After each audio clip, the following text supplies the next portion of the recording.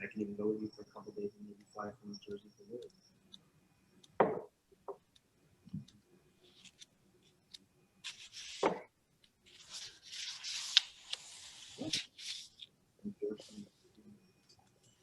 It's a long time for them.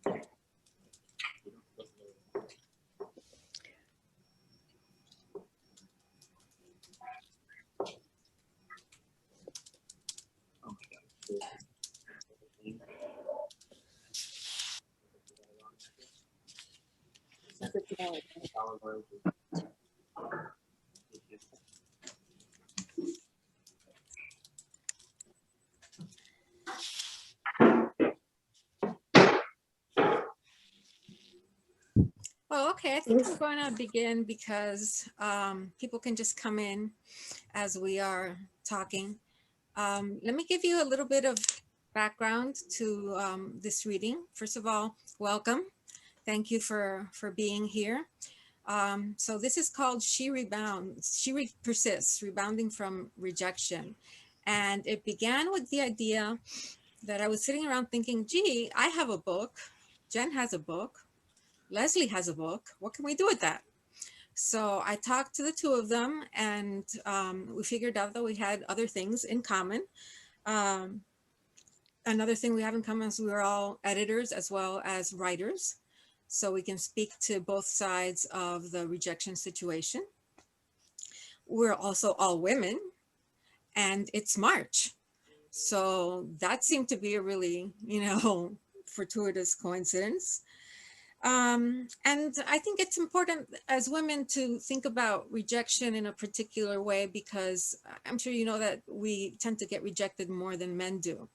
According to the last Vita count, for example, there are journals that are publishing women as low as 33% of their writers.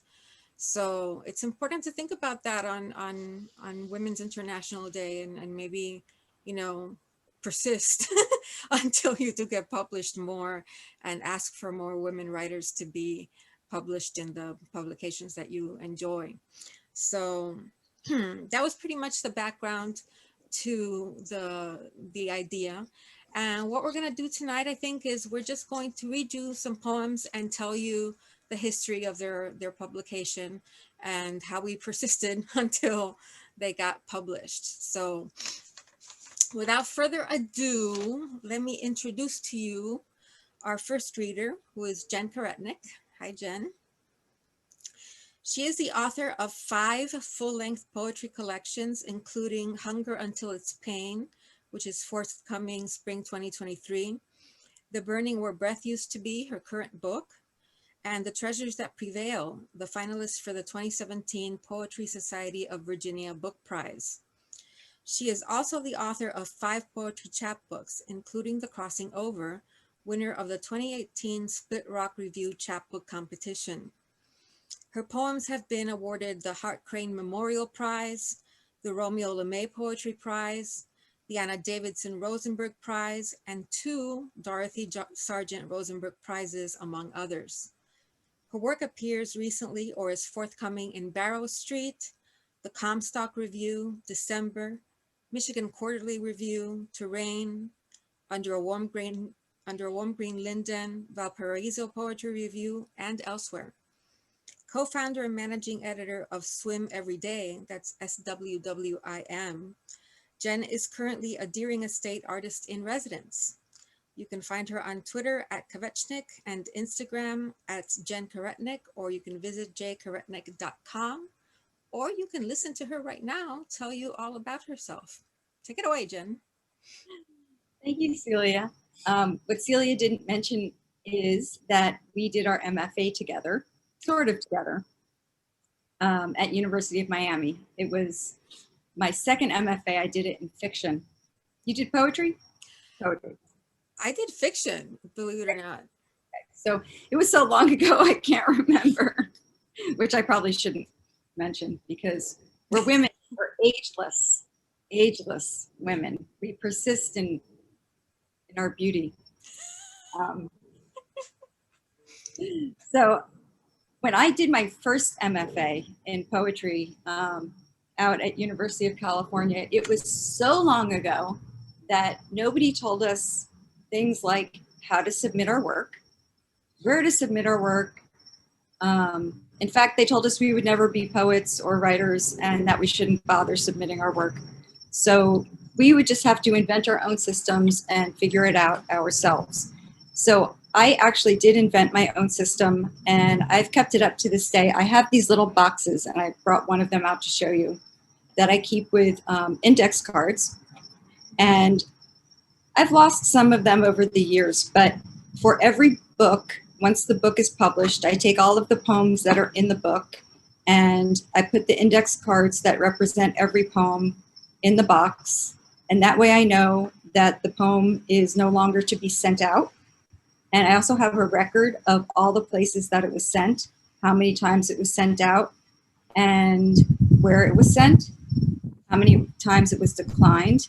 And sometimes the poem never makes it into a journal before it makes it into the book. So it was very interesting to me to do this because I've never done this before. But for this book, I added up all of the times every single poem was sent out.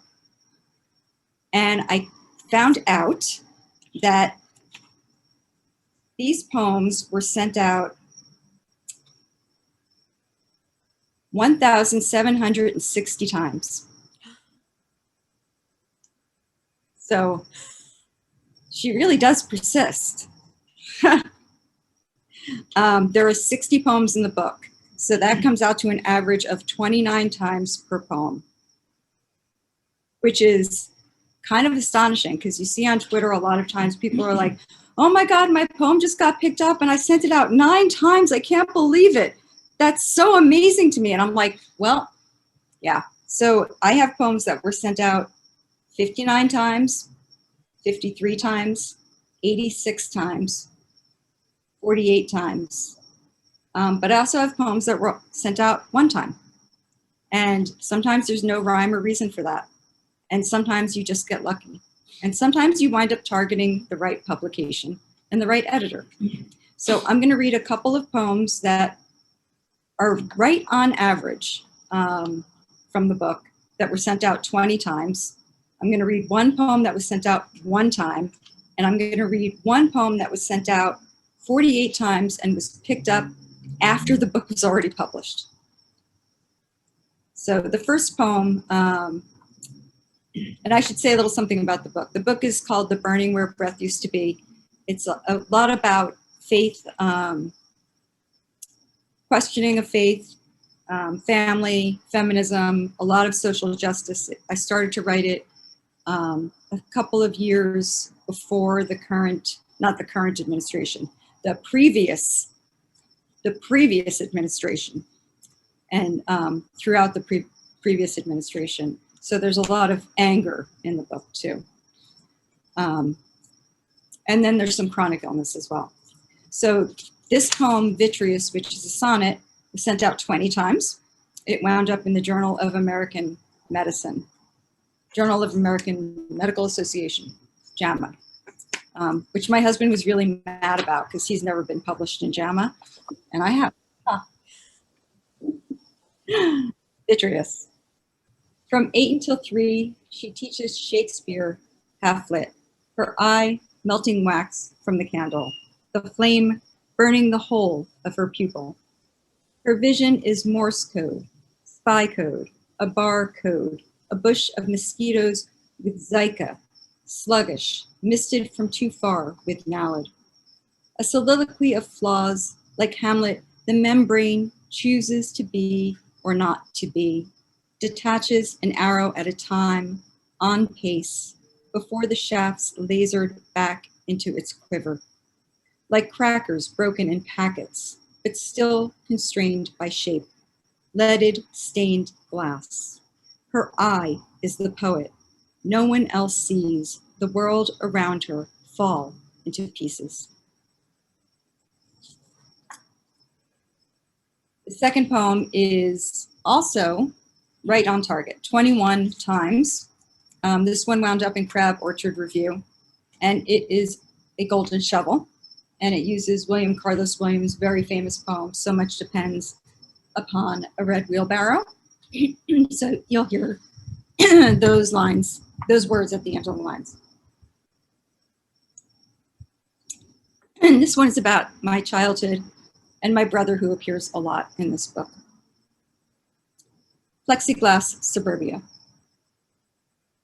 In the summertime, when the New Jersey humidity is so thick, it can be kneaded like dough. And there isn't much to do besides taunt and be taunted. Everything depends on making the Daredevil Club. Admittance is granted upon a feat of such physical audacity that even a Spartan, even a boy like my brother, cannot deny the legacy of red, stippled scars it will surely leave behind. The wheelbarrow of flesh and courage that can be carted away in equal glazed measures from the site. My turn. At the top of North Ashby, with a neon orange skateboard no one knows how to ride. In rain that has been falling for days, collecting in the potholes, the water rubicund with clay from half-built housing developments beside our cul-de-sac. In my imagination, I crouch and glide, but in the end, I sit, knees to chest, and cast off, an unguided blur of white. It's no use. I arrive clean and whole to be cast down with chickens. And I know you can't hear it because I already asked, but the peacocks are in, I guess that they're not in heat, but they're in mating season. And I just finished reading that poem in the peacock call. It's like perfect timing. I live in a bird sanctuary, so the peacocks roam around here. This next poem, I sent out once. I wrote it in response to a very triggering statement in the news. I sent it to Rattle, which I understand is a problematic journal. It didn't understand that then, but it was picked up. So I only sent it out once. Miracle of miracles. This is called Nobody Dies Because They Don't Have Access to Healthcare. Nobody knows about how the fingers of fog have blown the fuses of her synapses until the email has been sent and returned, the form submitted incorrectly, the name misspelled but published anyway. Even her conversation has retractions most days. Then nobody can't find the words she wants and substitutes the silence of a search party whose communication is the weak stuttering of drugstore flashlights. But what is there anyway to say? A poorly balanced budget, cellular call and response, toxic to herself. Nobody only pre-exists before what is not likely to be a grand exit, but the kind few notice, like the melting of those sneaky slivers of ice in a dry martini. Nobody's digestive organs have joined a union to limit the hours they want to work. Nobody's muscles and joints resist like dogs who think their humans are on the other side of the door, who have not really left and are up to playing some sort of cruel trick. But it's a matter of willpower, healthy eating, giving up the Diet Coke, more water, says everybody nobody meets, who all recommend hot yoga as correct as House Republicans. Tomorrow, it's time to take that advice instead of pills. Invest in ClassPass rather than Blue Cross Blue Shield. And believe that in decades, nobody will still be posing in the light steam awash with joy. Look at her now, already, how nobody sweats and laughs. And this last poem, which is probably not the strongest poem in the book, but was rejected 48 times and picked up after the book was published and then nominated for a Pushcart Prize. So you never know. Will it win one? I highly doubt it. But it's called, again, after a news event. Marine pilots investigated for drawing penis and testicles with plane, which I think is an excellent way to end this for International Women's Day because, well, I guess we'll see. And then I will introduce our next reader.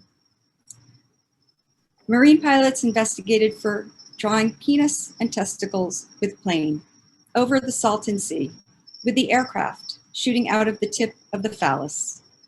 We should be offended by this obscene blueprint, protest it, mapped in the unbolted embrace of the sky, digitally drawn where the subsonic goes supersonic, where the air molecules make their bunched, bucking complaints. We recognize that sound, what it could mean: muffler, fireworks, gunshot, whip. We see how these men have amused themselves, the way our sons did before we taught them better.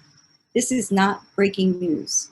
This is only breaking women, again, who have seen dicks pop up everywhere since birth, on whiteboards in school, smudged by cleats in the early morning dew on soccer fields, sprung from zippers at parties by future judges. Face it with such common intrusion that suspends in our space like aerosol. We can only do as the firmament does, moment by moment, retain the right to gust and grow electric and strike. How many times is that again? 1,760. So, be interesting, right? To count them all up. So now I'm going to introduce our next reader. Lesley Wheeler's new books are The State She's In, her 5th poetry collection, and Unbecoming, her 1st novel, both available everywhere books are sold. She is poetry editor of Shenandoah and lives in Lexington, Virginia. You can find her online at Lesley M. Wheeler, and she blogs about poetry at lesleywheeler.org. So, Lesley? All right. Thank you so much, Jen. That was really great. Can everybody hear me okay? Doing all right? Okay. A couple of things I want to say before I read you a couple of, or 3 poems from the book and tell you their complicated histories. I wanted to say first that I became poetry editor of Shenandoah in 2018. Somebody had just put in the chat that it's like winning the lottery, sometimes getting an acceptance. And that's not untrue.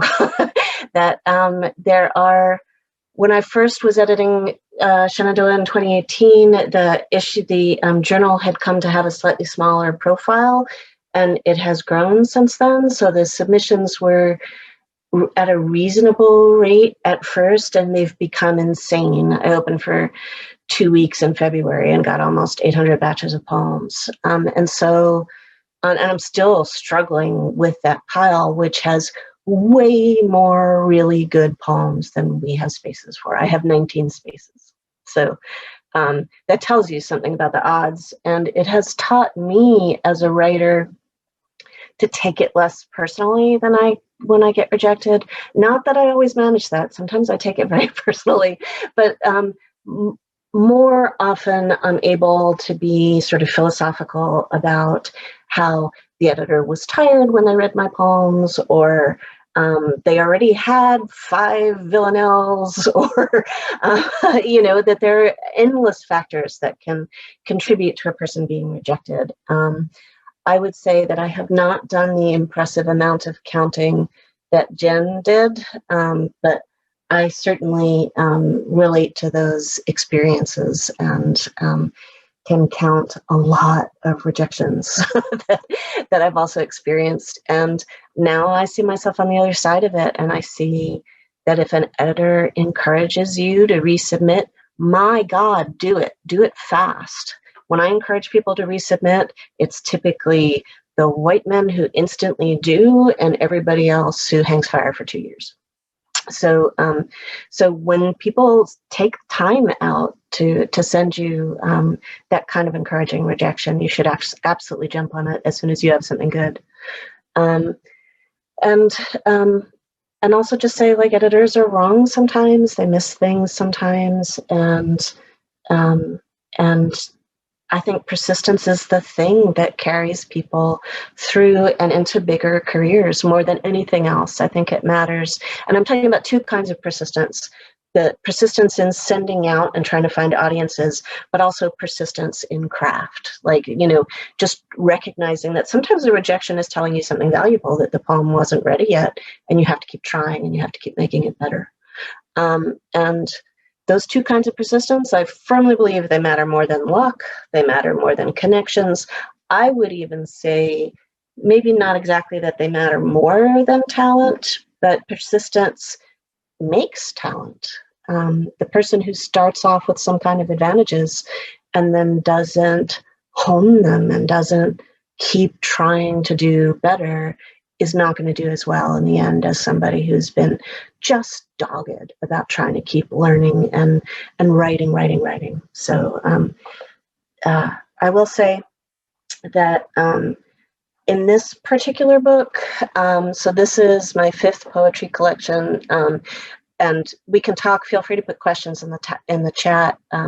We can talk in the end about book acceptances and rejections too, which is a whole other adventure. I'd be horrified, I'm sure, to add up how many dollars I've spent in contest fees over the years. But I'd measured in preparation for this how many times I submitted poems in 2020. It was actually a kind of low submission year for me because I was also working some fiction and some nonfiction. But I subbed 41 batches of poems in 2020. 23 batches were rejected entirely. 9 poems were, or rather, 9 magazines accepted 1 or 2 poems from that batch, and then another 9 haven't reported yet because most journals take 1,000,000 years, right? So my odds are way better now than they were when I started.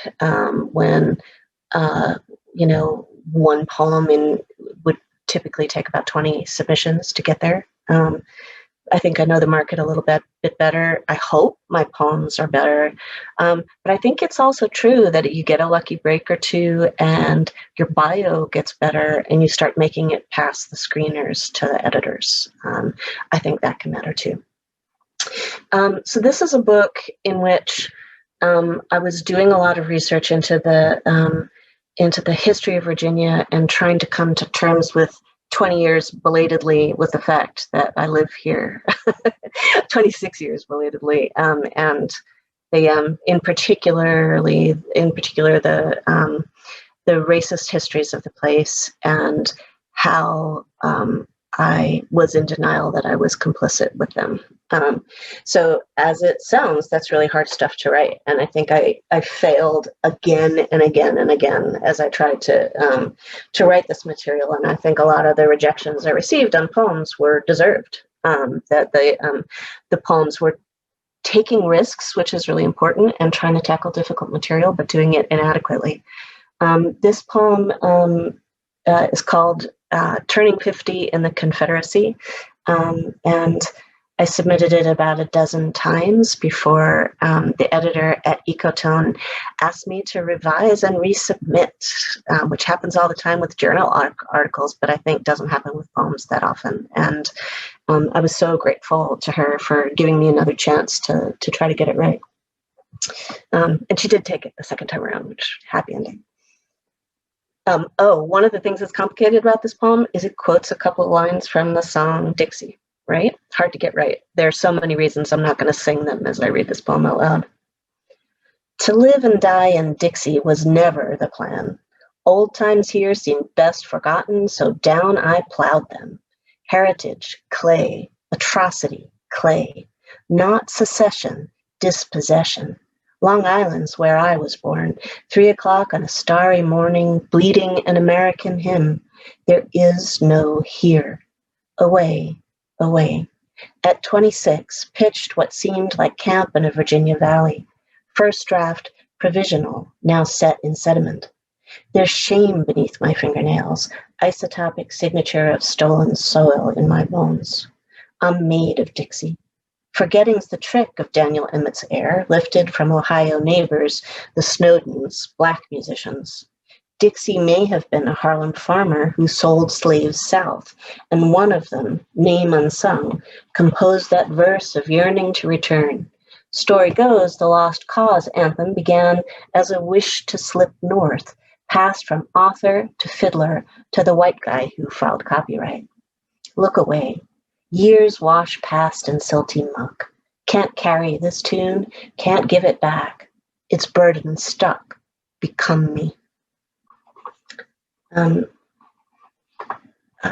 The next poem I'm going to read is a sonnet that I sent it out a little less because I recognized that that some of the risks associated with them with this particular piece meant that I really probably needed a feminist editor. So this one, it's called Inappropriate. It's from a sequence of sonnets I wrote during the 2016 election. And it turns out to be quite difficult to sell sonnets about Hillary Clinton. They're tricky. And I understand that I was probably pissing off a lot of editors who were not like right wing, but were saw rightly Hillary Clinton as a less progressive candidate and did not like my politics from a different direction. So, and I do think that happened. It's a more complicated Hillary Clinton poem than usual because it does contain the word vagina, which would prevent a lot of other editors from publishing it. I think, I wonder to what extent that made it difficult to sell the whole book, that there was this little sequence in the middle. I do think that one of the reasons I wrote these poems is that she was getting a deeply discriminatory treatment in the media as I was experiencing discrimination in my workplace, and my friends were as well. And so it was a moment when politics at the larger scene were sort of resonating catastrophically with the politics in my life. And that material can be hard to shop around too. So it's called Inappropriate. Worse than blood coming out of her wherever is when it did, but it's done. And now, rather than bake ginger snaps, she opens her lips, teeth in there. No, you can't sit on her lap. A pantsuit has campaigning to do. A pantsuit spots an opening in the White House, calling the shots from that lock she's got, the flesh-gate, pink-lined box with an heirloom pearl on top. Some men mind the very idea, someone in the oval they neither want to be nor use. No girl, no give, not pretty or cane sugar sweetened, not dead of shame, not yet. Not making way, just her bad, inhospitable, secret vagina delivering plans. Can't see what she's got up there is what they can't stand. That one was a lot of fun to write, but yeah. There were a lot of places I wouldn't have sent it.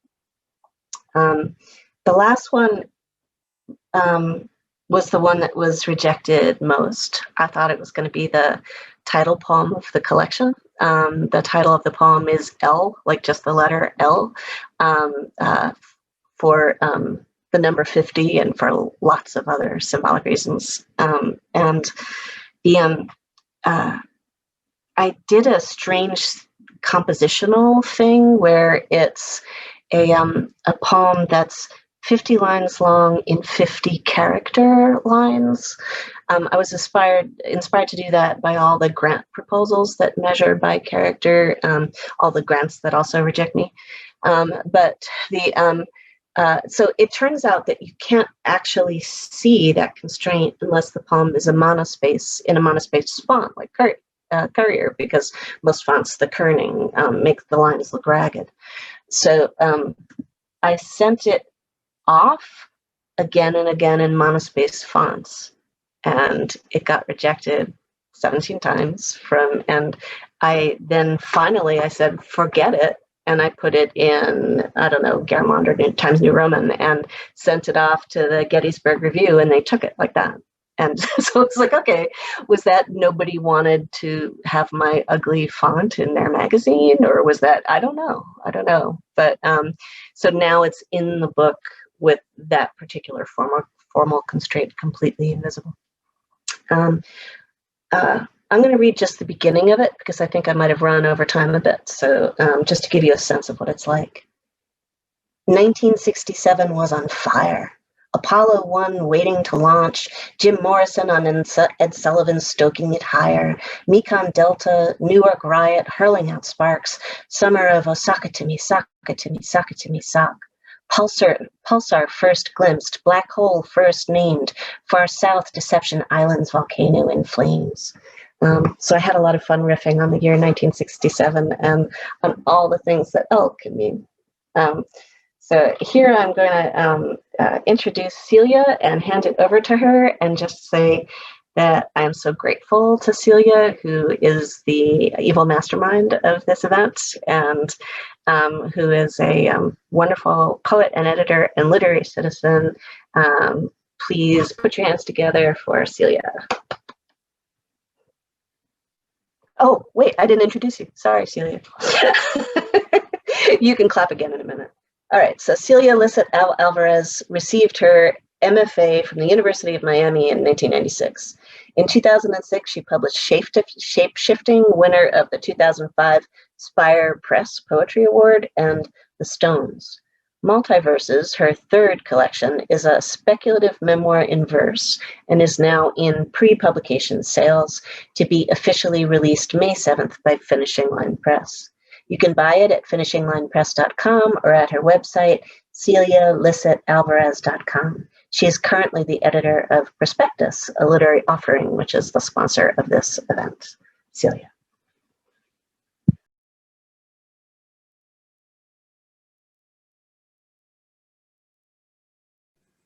Thank you, Lesley, for that introduction. I'm a little frazzled because I have to upgrade to the professional version or they're going to cut us off in 1 minute. So can we start the Q&A now, and then I'll jump in and read my poems after a few minutes? Yes, of course. Okay, go ahead and start the Q&A. Somebody has asked, Jen, why is Rattle a problematic journal? There have been so many POBIZ scandals over the past few years that I've lost track of that one. Yeah, there have. Just a couple, well, one of the most recent scandals is that Poetry Magazine, big poetry magazine that we all know, sometimes love, published a carceral issue, which is an issue about poets who have been imprisoned. Some have been released, some have served their time, but they wound up publishing a pedophile. And pedophiles are one of those criminals that don't really repent, can't really be, I don't know.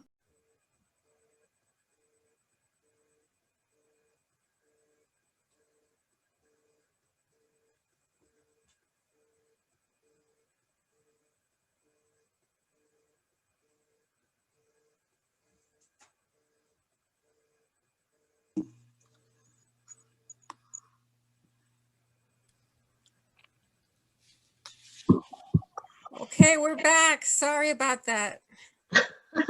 Thank you all for coming back. That's wonderful. I'm so sorry, Celia. No, I'm so sorry. That was completely my fault. I tried being cheap and it didn't work. You know, what can I say? I've been doing these Zoom things for a while and they've never cut me off before. So, but I just upgraded so we can have all the extra time that we want now. We can do this until 10 o'clock in the morning next, you know, Friday if you want. So let me see. Maybe not. In the meeting, we got 12 people. How did I do that thing again? Well, you look at it. I can say that I read a question that was in the chat before that is no longer in there about how do you find out which journals to send to, which is such a big, hard question. And I have to say, like, I didn't do an MFA, and you know, so certainly no one ever showed me the ropes. I'm sure it's pretty uneven if in MFA programs how much people show you the ropes too. But for me, it was a research project that I set off and I worked on it for years, and it took me years to really figure it out. And some of it's trial and error, like which editor gives you that encouraging rejection. I think one really good shortcut to it is to read in your favorite poetry books, read the acknowledgments. Read when you see books by poets who it's like, I really have things in common with this writer. My poems are a little like his or her poems or their poems, that that look at that list. And I think that if you start with the less famous names on that list, that can really get you places. And that was definitely part of my learning curve, is benefiting from those end words at the ends of books. And I would answer that, oh, go ahead, Jen. Oh, I was just going to say I did that a lot before the internet, because, you know, before the internet, you actually had to write to people through the mail. Yeah, and I didn't have copies of those magazines. I didn't have access to them. Yeah, I'm sure you remember this. It's like you couldn't buy all the magazines. You actually had to print out your poems or stories. Oh God, the stories were so long. Or essays. And I'm a journalist too, so we had to do it, journalism too, you had to do it that way. You had to actually send out your journalism the same way, through the mail, with your clips, in an entire folder.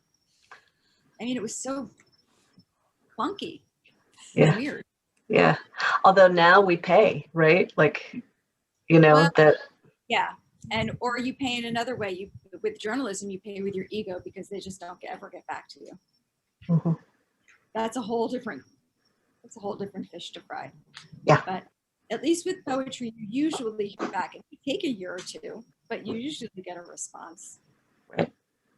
That was kind of what I was going to say. Can you all hear me?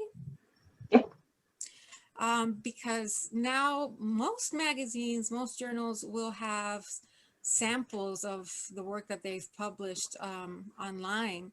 So you can try to sort of target those journals and see what they've been publishing, what's their style, what are their likes.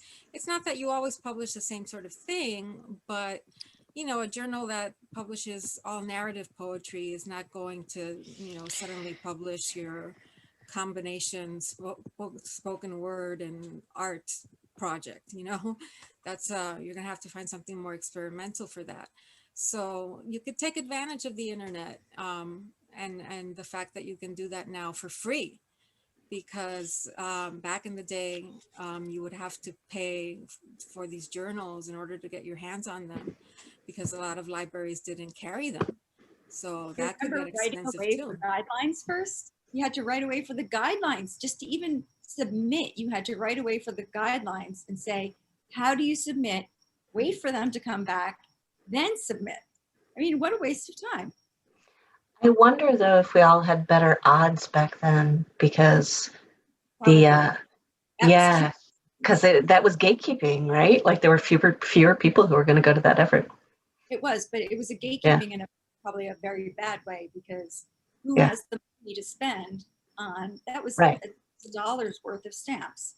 The dollar, you know, at what were they, 25 cents then? The 25 cents to send it out, the 25 cents to get it back, the 25 cents to send it out again, the 25 cents to get it back again. I used my English department's funds, and that gave me a big advantage, right? Because I wasn't worried about the stamps. Yeah. Like Lesley said, though, now you have to pay to get your work read in a lot of journals. So that it's bringing back the cost but to me, it's the same thing. So nobody ever talks about sending it out to get guidelines. And I didn't even think about it until just right now, when it suddenly was like, oh yeah, we had to write away for guidelines. I forgot all about that. You could buy that Poets and Writers book that was this thick, and it had the guidelines in for, you know. Yeah, you would get Poets and Writers Market, and the Poet Market, the Writers. I mean, I had like a whole shelf of them, because I had the Poets one, the Writers one, the Journalist one. I mean, crazy stuff. I want to add in answering Christine's question too about how difficult it can be to find the emotional energy to submit. That, like I've said, my odds of acceptance seem to be better than they were years ago. It still kills me. Like, it's a completely different kind of energy that it takes to write and revise poems. And then to send them out. That summoning up the self-confidence to think that so-and-so important editor is going to read my work and find it interesting. I find it, and then I end up endlessly revising them instead of sending them out, so I can spend just days spiraling on submitting, 10 poems or something. So yeah. So I do find that they take really different kind of energy, and I just try to oscillate it. Like I often use the breaks in the academic year as this. There's a fall break now of 2 days. One of those days has to be a submission day, and just try to be. Well, the way that people do exercise too is that you just make it a non-negotiable part of your life, and even if you hate it. Yeah, you do it like with your morning coffee. You send out one. Some people love it. Some people like it. Can we hear you now? Yes. I just wanted to say that I'm the oddball in the bunch because much like I don't exercise, I don't submit for large periods of time. I don't write for large periods of time. So I'm very, very inconsistent. But I do have my philosophies, and my little tricks and tips and things. As an editor, I think it's pretty clear to me that there's only 2 reasons why you get rejected, right? Number 1 is you just don't fit. It might be because there are so many submissions that you've already filled up your quota for that particular issue, or that the style of your writing is not the same as the journals, or, like I think it was Lesley who said they already had 5 villanelles and they didn't need a 6th one. So that's reason number 1. And reason number 2, and I think we do need to talk about reason number 2, is that, the work might not be good enough. I think rejection can tell you something about the kind of work that you're putting out. And if something gets rejected a certain number of times, you look at it again and you make sure that, maybe it might need just a tweak in order to make it more attractive. So for me, every 3rd rejection, I take another look at whatever it is I'm sending out. And if I still feel confident that that's the way I want it written and it's good, out it goes again. There are poems that I've been sending out for 20 years that still have not been published. So, and then look at Jen with her box.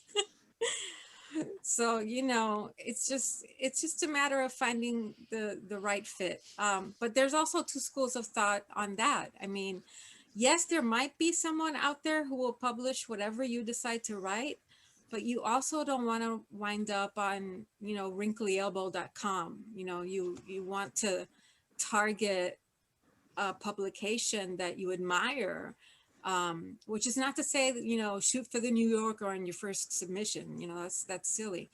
But you also want to give your work to a place that has a readership, and that will actually get your work read and get, places that nominate for the push cart, places that nominate for best of the net.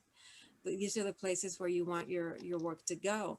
So you take a look at that kind of that play between getting rejected and accepted, and you work on your work, depending on what you get from that. So I'm also an oddball in the sense that the book that I'm going to read to you from has only 1 previously published poem. And just a handful of poems that I sent out before they became part of the collection. There's reasons for that. I mean, the first reason is that it's a memoir. So a lot of the poems don't stand alone, and I never even bothered to send them out. And another reason was that I wrote it during the pandemic in a couple of weeks.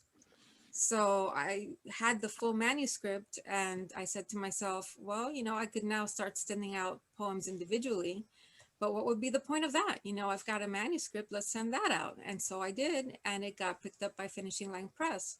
So I'm very happy about that. But I don't, in the acknowledgement, it's funny. It's not acknowledgements, it's acknowledgement. Just one poem. So I think that's probably pretty weird. The book Multiverses is a braid of narratives. So in the book, all the poems have a title, which is version and a number, you know, version 1.0, version 3.7, version 2.5. But I'll give you, for the poems that I originally sent out by themselves, I'll give you their original titles. This one called Daisy Lazarus, I sent out 7 times, and I never got it published anywhere else until it became part of the collection. It's called Daisy Lazarus because it has lines taken from Sylvia Plath's Lady Lazarus. So, and in the collection, it's version 1.80. Daisy Lazarus. Getting rid of the daisy wheel printer turns out to be harder than I thought. The man in the charity truck won't take it, says, "Lady, they wouldn't want it even in Haiti."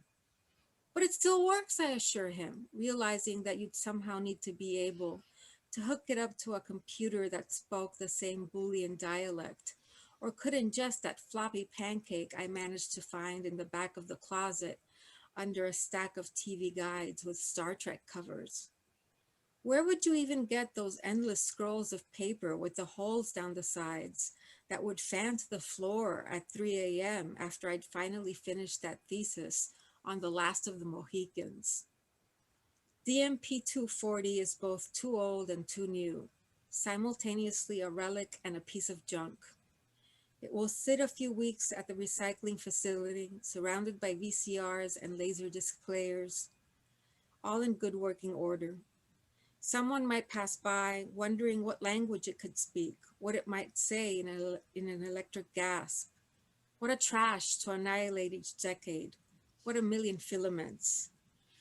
I was able to convert the files with every upgrade, but those printouts with the perforated edges and the scribbled comments of my old professors are now toilet paper, recycled into some more useful incarnation. DMP 240 will be crushed into Red Bull cans and milk jugs, and I will grow old rearranging books and DVDs on sagging shelves, frantically trying to reassure myself. These are my hands, my knees. I may be skin and bone, nevertheless, I am the same identical woman. So that never made it anywhere but except this book. And then the second poem I want to read to you is called version 0.46 in the book. And originally it was called Axolotl, after the weird little fish that looks a little bit like a human being.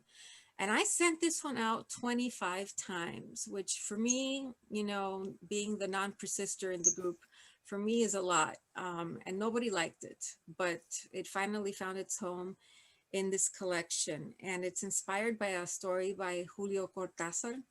So it starts with an epigraph from that story. Axolotl. Los ojos de los axolotes me decían de la presencia de una vida diferente, de otra manera de mirar. This grief has separated us. I have mutated like a fish, grown gills to breathe this toxic air. How ghastly. You cannot understand why I will not cover them. Why in fact, I stretch my neck like a balloon miles above you. I say the air is thin here, full of moisture. I see you mouthing a reply down there, flailing your arms, unrecognizably small. For my birthday, you have bought me a bright blue scarf. It is the gift of a child or a stranger, someone who does not understand my world, my new biology. It's not your fault. You are basically a pack animal. Did you not think me one of you still? I would be in danger. I see you checking in on me, my anxious nurse. I'm none too sure what prognosis you think best. Should I perfect these neat new lungs, we will cease to understand each other. You will look into my gold, transparent eye and see no soul like yours. Should I reject them, however, I might die, strapped to some machinery. I can almost picture it, your funhouse face, nose and chin flattened against the window of my aquarium, one finger tapping on the glass like an exotic visitor. And then this last poem that I'll read to you is probably got rejected as much as it did because it's a bummer, you know. It's was originally titled 5 weeks because that was when I had my first miscarriage at 5 weeks. And I sent this one out 17 times and it found, again, no home until it was part of the collection, in which it is titled version 0.44. So 5 weeks. According to the doctor, you were nothing but a chemical mass of cells, not even really an embryo, failure, rejection. Did you have a soul? Was that soul inside me the night we went looking at the graffiti murals in Midtown? Were there two of us walking in the dark, gazing up at the dazzling walls, marveling at the depth and breadth and height, monstrous men and women, geometric figures, homages to Wilma Flintstone, LeBron James, and Bob Marley? A cement block geography of pop, Miami's pink guts rendered in swathes of primary colors and tagged indecipherably by artists smart enough to know that what matters is the art. What part of you is visible in the picture we took in front of the 10-foot insect woman, tendrils of her hair glistening in silver spray paint under the street lights? I search my face, my picture smile, always so contrived. Is there some trace on my lips of you, a seed already curling into a tadpole? The baby website says you had a dividing heart, chambers getting ready to beat and pump blood. I had signed up for the November birth club, and they still send me their hapless bulletins, trying to tell me what's going on in my uterus this week. How much of you is left in me now that I've bled out your non-life, non-soul, chemical self? When I go back to Midtown, the insect woman mural is gone. Some robot future in blacks and reds in her place, some dystopian vision. They do that sometimes, paint over the murals. No trace left of the art underneath. That other painter who spent God knows how very long dreaming, planning, measuring, coloring the vast canvas of the city, and then standing back, maybe only for a moment, in that mute blush of satisfaction invisible in the deep, black, empty night. Okay, thank you. Let's go back to the Q&A. Let's see if we can answer a few more questions. There was somebody who had asked about our experiences, not just at the journal level, but at the book level. I'm happy to talk about that, but Celia, Jen? Go ahead. Jen, you've had incredible luck. You have so many books. I'm so jealous of you. You have no idea. I have books on different levels of experience, in different levels of publishing, which is probably unusual, but I can speak to different ways of getting your book published if you want. Because poets seem to be stuck in this, like, we have to do it a certain way because we do it a certain way. First, we send it out to competitions. Then we wait 3 years to be semifinalists. Then we wait a couple more years to be finalists. And then we wait 20 years to win a prize. And I don't know, I find that like kind of a silly way to go about book publishing, coming from a simultaneous career in journalism where you either get approached to do a book, or you find an agent and do a book, or you write a guidebook, or you write a cookbook, or you do something else that like actually makes use of your knowledge.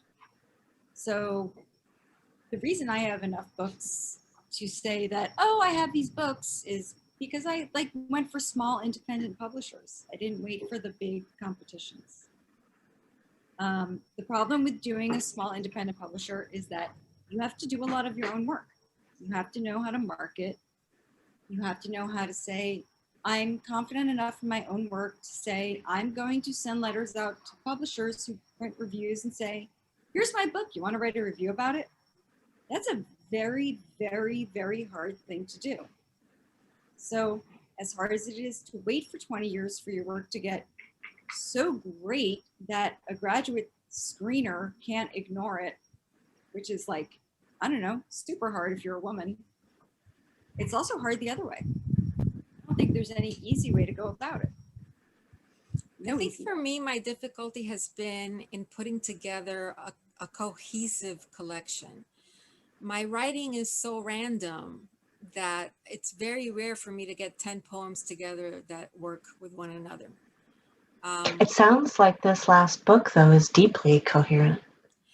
That was my first experience with a deeply coherent work. I wrote it, I didn't first write the poems and then try to turn it into a collection. I thought of what the collection would be and then wrote the poems. So it has a really tight narrative structure to it. But that's the exception. You know, I'd love to find homes for all these little other poems that I have that don't go with anything else. But I find that I can only write what I want to write, and I can't force myself to, you know, write things that to match a certain group of poems that I have. I have to wait to have something to say, you know. So I've had better luck with chapbooks, because being shorter, you know, if you have a small collection, you can go ahead and publish that and then move on to a full-length collection when you do have that impetus of having all these poems that go together well.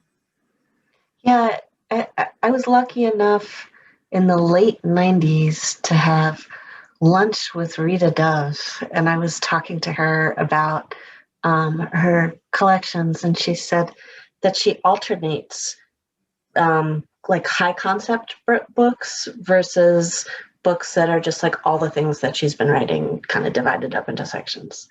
And I thought that was smart, because I mean, they say this about novels, right? That you have to have like a really high stakes Hollywood pitch to sell the novel to an editor.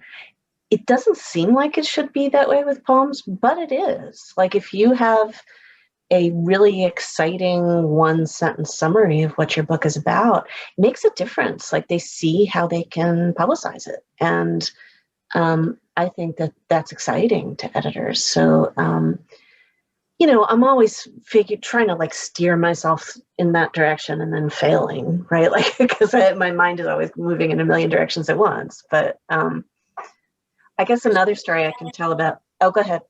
There's no failing. There's only persistence. My first book, it took me, I marketed it for 5 years through contests before it got taken somewhere. And it got taken as like the non-contest winner that they also would publish. And I, at some point in the middle of that agonizing process, I went to the Coleraine manuscript workshop, which was useful. I learned things there. And one of the editors there was Chase Twitchell, and she told me she ran this really cool little press at that time out of upstate New York. I've forgotten the name, but she said that good books get taken in 5 years, maybe 6 years at the outside. You know, that if it was becoming a semifinalist and a finalist occasionally, it was good enough, and I should stick with it, and I should keep sending it out. And I did, and she was right. You know, that it just took a long time, and you have to be willing to hang in there and believe in it. Anybody else have a question? There was a question somebody had asked about asking for book reviews. I tried something that I had never done before for this last book, which has been better reviewed than any book I've ever published. And it's, I started reading reviews in venues in which I wanted reviews of my book to appear. and I found who reviewed repeatedly for that venue and looked at their reviews and saw like who liked books like my books and wrote smartly well about them. And through that query, I did end up with a review by Julia Marie Wade in the Wade in the Rumpus, and she's a wonderful reviewer, and that's a wonderful venue, and I was so happy. So like that's a strategy I'm totally trying again, and again, it's like it's high research, it's high investment from the outset, but I think a lot of the working strategies are like that. That's wonderful. It's very important if you're a beginning writer not to pay for reviews. There's a lot of predatory people out there who call themselves editors or marketers or whatever you like, and they charge exorbitant fees to review your book. And if you're just a beginner, you might think, well, this is how it is. But that is not how it is. And in fact, you shouldn't pay for someone to review your book. So, you know, you can try Lesley's strategy, which is very good. Or I find that being part of groups, of social groups, whether, you know, in real life or social media, is really helpful. I met Lesley, you know, we've never actually been in the same physical room together, but I met Lesley through WAMPO, the Women's Poetry Listserv, back when there was such a thing as a listserv. And it's now migrated onto Facebook. And that was an amazing collection of women poets, and there were some men there too. And at one point, we even published an anthology of our work together, and that was an amazing experience. And I've kept in touch with a lot of the women that I met in that listserv. And these are people that you can reach out to, and you can say, you know, would you consider reviewing my book? Or do you know of someone who might want to review my book? Especially if they're professors, they might have graduate students who might want to, you know, sort of test the waters by writing reviews. It's so similar to writing a paper that a lot of graduate students write reviews. So that's another strategy that you can use. The other thing I would add, and this is also coming from my journalism background, is that you need to put together a press package. And you need to say, okay, so here's my press release. Here is my cover letter, where I highlight my personal achievements and a couple of quotes that somebody has said, whether it's other reviews, which look really good, or at least advanced praise. And then a couple of, you know, interesting things about you that you can point to, other, you know, past praise is always really good. To make them interested in wanting to at least feature you, write about you, highlight you, pick a poem from your book to feature you on Verse Daily or Poetry Daily, any of the dailies, swim, you know, like send to swim, little self-promotion, but, you know, just something that makes you interesting to them looking through a press package. So I didn't realize that there are actually a couple of people who now do this for poets. So you can actually, I would never say, yes, pay someone to be your agent. But in the poetry world, you can pay someone to be your agent. Yeah, I've never hired a publicist, but yeah, I know writers who have, good writers. You can hire a publicist, but don't ever pay someone to be your agent. An agent is someone who takes 10% or 15% of your book earnings. But you can hire someone to be your publicist. And it is no longer frowned upon in the poetry world. Poetry world has become a little commercialized. And you can also, if you want to popularize your book and get more exposure, it doesn't have to be a really high-end review. You can ask your family and friends, if you're lucky enough to be on Amazon, for example, to leave you a review there. And that can make a huge difference in terms of how many people hear about your book. You know, something as simple as, I liked it, you know, that gets posted and counted as a review. So it doesn't have to be the formal review in a journal. You know, places like Amazon and Goodreads as well can offer you a lot of exposure. There is a magic number of reviews that can get your books into recommended lists. And it's way more important that you are reviewed on those sites like Amazon and Goodreads, which are linked. The number of reviews is way more important than the number of stars. So even the bad ones help you. So yeah, whenever you have friends who are willing to do that, that's a really awesome thing to do for other writers. And it's low effort and it builds goodwill, and they might come around and do it for you when it's your turn. That, I think, is a blessing of literary citizenship. And we should all do it more. I think that's something that's very neglected, because I never even think about that. Yeah. I never think about my own. I never think about anybody else's. And there are so many books I ordered this year and enjoyed and loved. Now I'm going to make that my mission this week. Go through and give them all stars. Yeah, that's good. I don't think about it, because I do so much work in the literary community. And I think, okay, I'm giving back, I'm doing all of this stuff, but that's not what counts in terms of like sales. What really counts for a poet is sales. Well, I think the wonderful job that you do with Swim is something that brings you a lot of cred. I think that that's building goodwill through service to the poetry world. We have Jan O'Neill on here who works for AWP and has done the Massachusetts Poetry Fest. We've got lots of people who have done really beautiful service. And those things are like, that's what brings us joy. That's like a joyous, that's something that we love to do. And it also, but it does come around. Like, I think that not always, like sometimes you'll do something really nice for somebody and then they treat you like dirt, right? But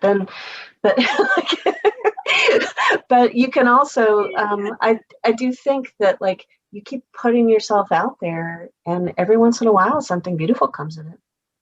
For sure. But I do think those like Amazon tiny, it takes 2 seconds. Yeah. And regular people just do it, apparently.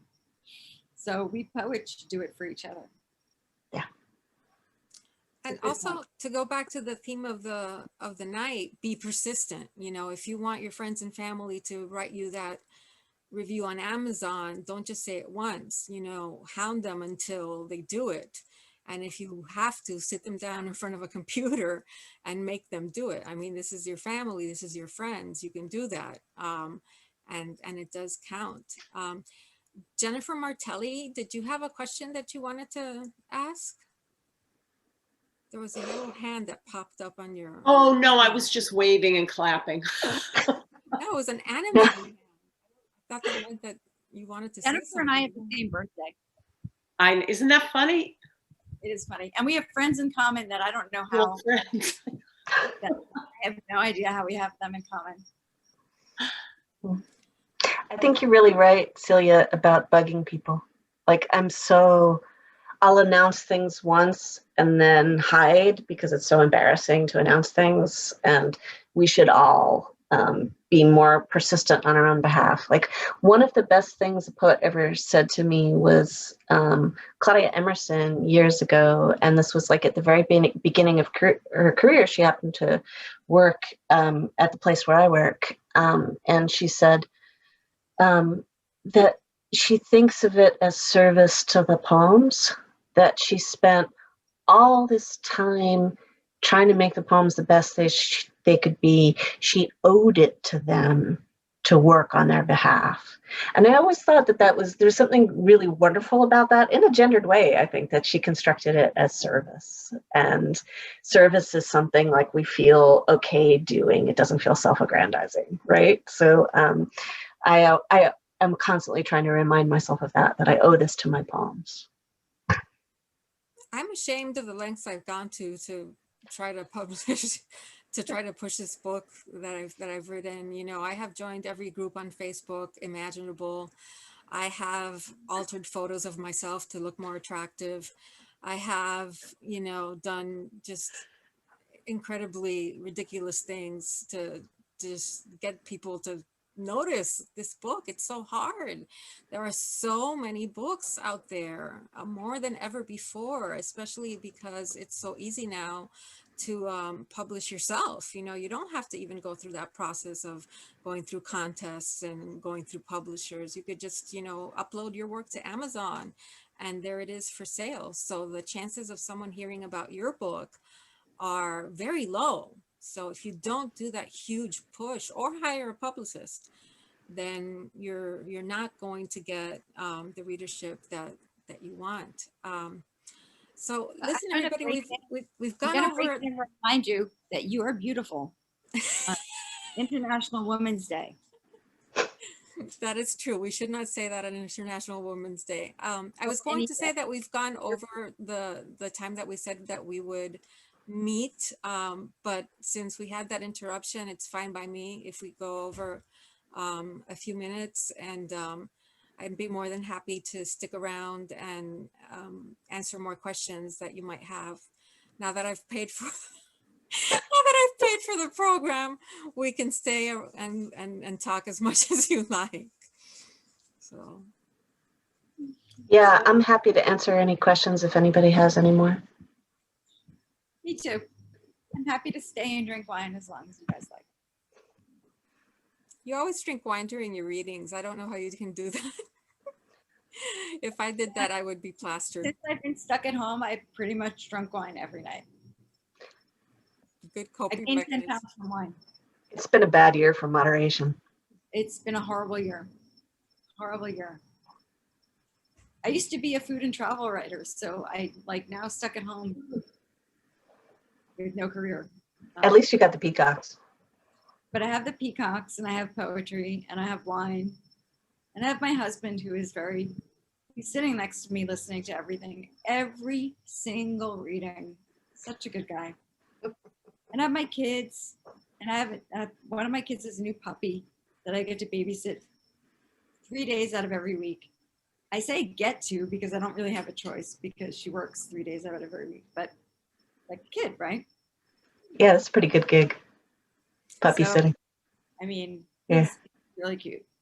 So there are so many blessings, but what's a lost career? I hate to say so, but the pandemic was really good for my writing. You know, just having to be stuck at home with no place to go, and coincidentally, because babies.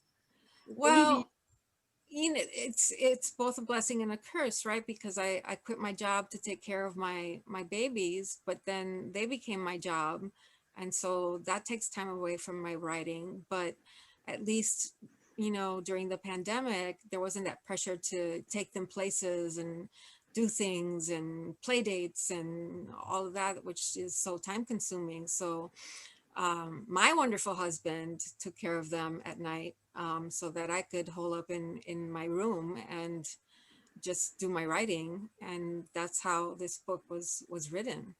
So, you know, it's not that I wish that there were a pandemic, but it speaks to that whole room of one's own kind of thinking, that you have to have your own time and your own place, and make time for your writing. And that kind of persistence is just as important as trying to get something published. You know, if you don't have anything to publish, then you've got nothing to do.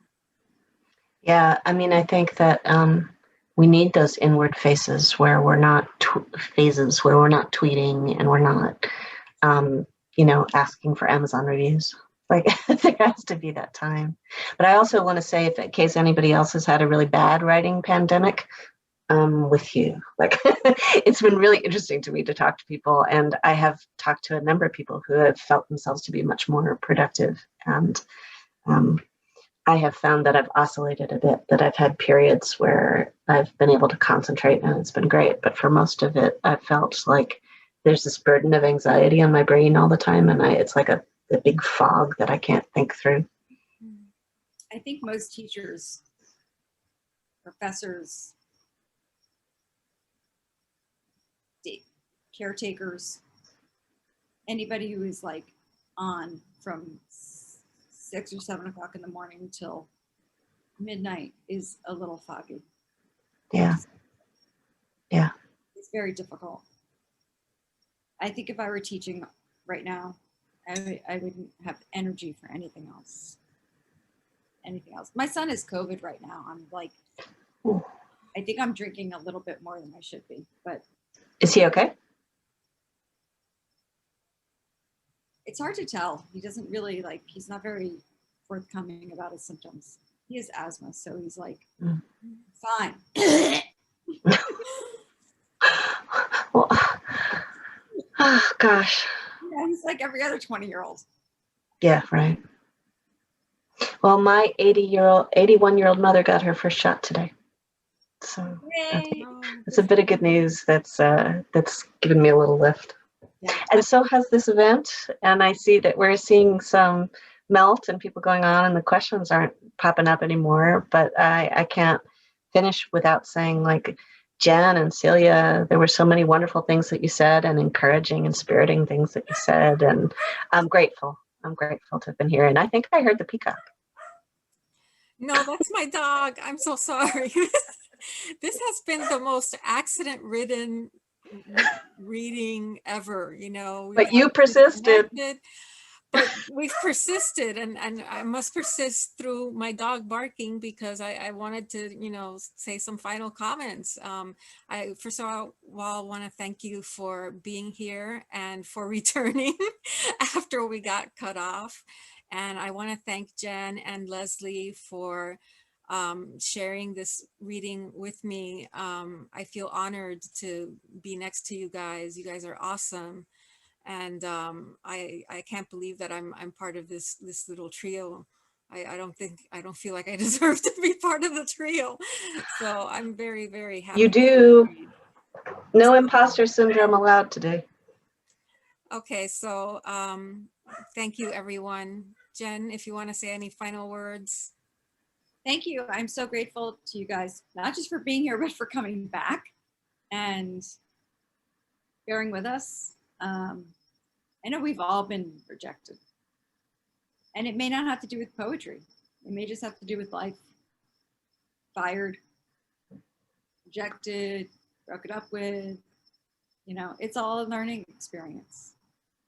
When my daughter was 2, she rejected me. She told me she never wanted to see me again, and she kicked me for 12 weeks straight. I think that was my biggest learning experience. Like, you think it's totally love when you have a kid, they'll kick you for 12 weeks. So every time you send out your poems, think about that. They're just your children kicking you. At least the editor isn't actually kicking you. Yeah, no, not physically. Nope. Well, thank you, everybody. Thank you, everyone. Have a wonderful night. Yeah, you too. And thank you so much. Bye-bye. Bye-bye.